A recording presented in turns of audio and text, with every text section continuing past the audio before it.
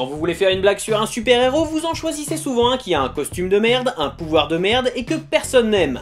Aquaman par exemple. Eh bien c'est justement en jouant sur ces clichés que ce premier tome, extrêmement bien écrit par Jeff Jones et mis en image par l'excellent Evan Rice, redonne ses lettres de noblesse à Aquaman.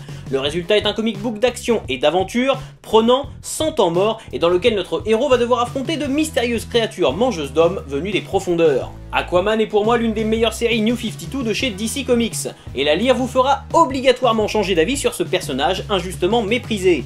5 tomes sont déjà disponibles chez Urban Comics, vous n'avez plus qu'à plonger.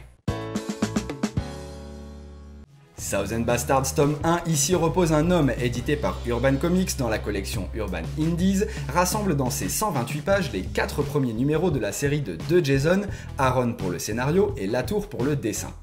Après être parti sans se retourner pendant près de 40 ans, Earl Tubb se voit contraint de revenir dans son Alabama natal, à Crow County, pour y vider la maison familiale jusqu'alors habitée par son oncle.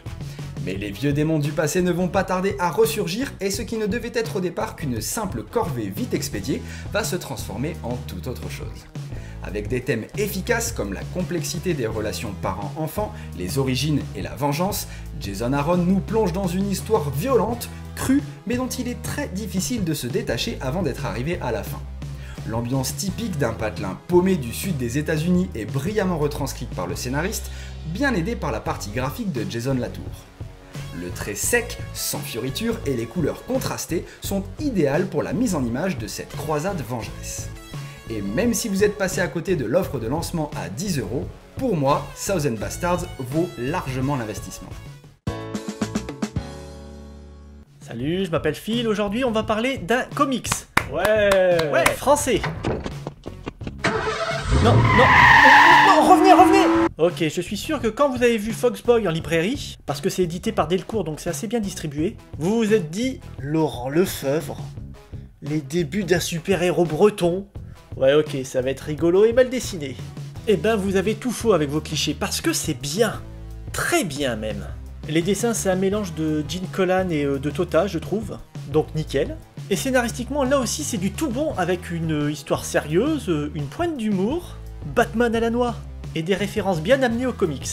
Oh cette typo ça vous rappelle pas quelque chose? Pour résumer, on suit les aventures de Paul, ou Paul, P-O-L, je sais pas comment ça se prononce en breton, hein. Moi je suis de Vichy, hein. je parle pas breton. Hein. L'allemand ça va, je maîtrise, hein, mais pas le breton. Vous me dégoûtez avec vos clichés.